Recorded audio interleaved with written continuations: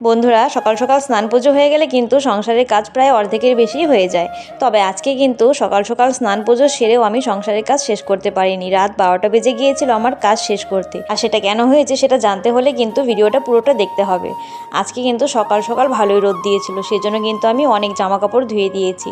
আর মেয়ে স্কুল থেকে আসার পর কিন্তু আর স্কুল ড্রেসটাও ধুয়ে দিয়েছিলাম। ফেব্রুয়ারির 1 তারিখে কিন্তু আমার মেয়ের স্কুলে অ্যানুয়াল স্পোর্টস হয়েছিল, আর এবার কিন্তু আমার মেয়ে খেলাতে কোনো রকম প্রাইজ পায়নি। সেজন্য কিন্তু স্কুল থেকে সান্ত্বনা পুরস্কার হিসেবে এই বক্সটা দেওয়া হয়েছে। আর এটা পেয়ে কিন্তু আমার মেয়ে ভীষণ খুশি। দেখতেই পাচ্ছ, ভিডিওটা কিন্তু ও নিজে থেকেই করেছে। আসলে বাচ্চাদের কাছে প্রাইজটা বড় কথা না, স্কুল থেকে কিছু একটা দেওয়া হয়েছে সেটাতে ওরা খুশি। তো এদিকে আমি রান্না চাপিয়ে দিয়েছি, আর রান্না করতে করতে দেখো রাত হয়ে গিয়েছে। আমি এমনই রাঁধুনি। আসলে বন্ধুরা, আজকে কিন্তু আমি দিদিভাইদের সবাইকে খাওয়ার জন্য নেমন্তন্ন করেছি। আর দেখো, যাদেরকে নেমন্তন্ন করেছি তাদেরকে দিয়ে আবার কাজও করিয়ে নিয়েছি। সত্যি ভাই এসেই কিন্তু চা করে সবাইকে খাইয়েছে, এখন আবার পান বানিয়ে আমাকে খাওয়াচ্ছে। তোমরা যারা সবসময় আমার ভিডিওগুলো দেখো তারা তো জানোই, কদিন আগে দিদিভাইরা সবাই মিলে কিন্তু আমাকে অ্যানিভার্সারিতে সারপ্রাইজ দিয়েছে। আর সেই খাওয়াটা কিন্তু আমি ওদেরকে এখনও দিইনি, আর সেই জন্যই কিন্তু আজকের এই আয়োজন।